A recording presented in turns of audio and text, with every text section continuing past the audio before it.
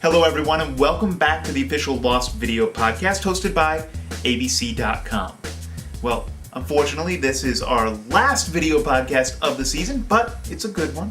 We're here today with sculptor Jim Van Houten, a man who is responsible for carving and sculpting and all kinds of other cool things. He sculpts things like rocks, the guns, and even the model submarine. But I'll let him tell you more about his job in just a bit. Of course, for those of you who want the audio podcast, fear not, we have at least one more audio podcast in store for you with Damon and Carlton as they tease part one, or hour one, of our 3-hour season finale. That episode, of course, is called There's No Place Like Home, and it airs this Thursday, May 15th at 10:02 p.m. Eastern, and is available the next day at abc.com. In the meantime, here now is Jim Van Houten.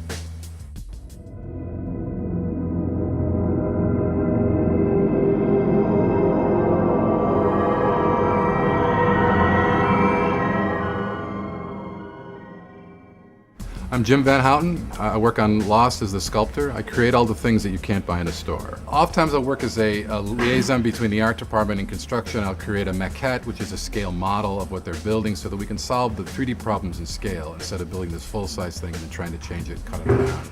And a lot of the organic things, the stuff that's woven with vines or roots or trees or just stuff that you can't quite put your finger on. And then there's all the science-driven things like the Dharma stuff, the submarine, the crossbow that I made for Rousseau. Danielle, don't! Some of the weapons, and then I cast a lot of the parts, the guns and everything. I have silicone molds of. I cast those in a soft urethane so the actors don't get hurt. The rocks that people get hit with or get thrown, I have a mold of every one of Locke's knives that I'll cast in either a rigid or a flexible urethane, so they're either lighter or safer or both. This is from season 2. This was the logo that was on the Volkswagen buses.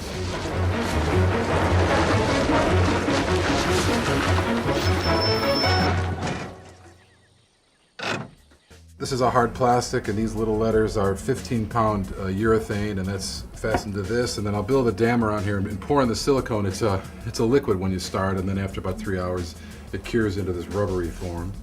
And then from this, you can fill with 2-part castable urethane, and then that'll give you a part that we affix to all the Volkswagen buses. This is what I refer to as a maquette. This is a scale model that I'll either enlarge something or make it smaller from, but it helps in production realize in 3D what it is we're trying to sell. Originally this was a 6-toed foot, but it just looked like a foot with a bunch of toes. You couldn't tell that it had too many, so then we pulled it down to a 4-toed foot. I don't know what is more disquieting. The fact that the rest of the statue is missing, or that it has 4 toes. I carved this about 6 foot tall, and then through the magic of computers and the comp shot, it would look like it was about 25 or 30 feet tall. This is a map to the temple. It's a sanctuary.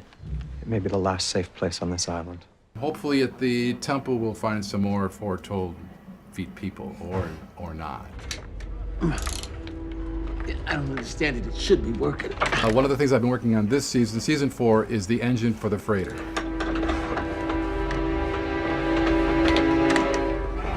Can I help you? Welcome to the engine room. These are our twin 24-cylinder Ellison-Royce marine engines.